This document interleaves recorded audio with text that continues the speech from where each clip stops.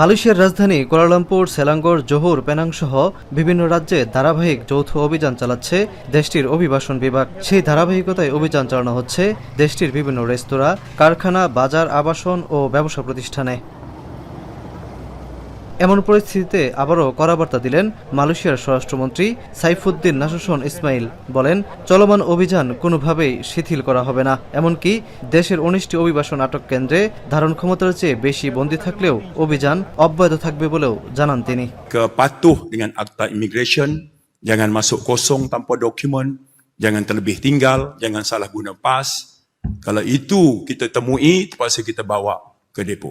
Tak boleh kurangkan langsung momentum serbuan-serbuan itu. Sebab ini isu keselamatan dan isu kedaulatan juga.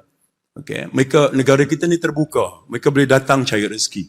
Tapi negara kita juga ada undang-undang. সোমবার এক সভায় বক্তব্যে স্বরাষ্ট্রমন্ত্রী আরও বলেন, এটি শুধু অভিবাসন আইন প্রয়োগের বিষয় নয়, বরং জাতীয় নিরাপত্তা ও রাষ্ট্রীয় সার্বভৌমত্বের প্রশ্নও। এদিকে আটক কেন্দ্রে ধারণ ক্ষমতা নিয়ে উদ্বেগ প্রকাশ করেছে মানবাধিকার সংগঠনগুলো। তবে সরকার বলছে, আইনের কঠোর প্রয়োগ এবং আটক ব্যক্তিদের মানবিক সুরক্ষা দুই বিষয়েই সমান গুরুত্ব দেয়া হচ্ছে। শাহরিয়ার তারেক, এখন, মালয়েশিয়া।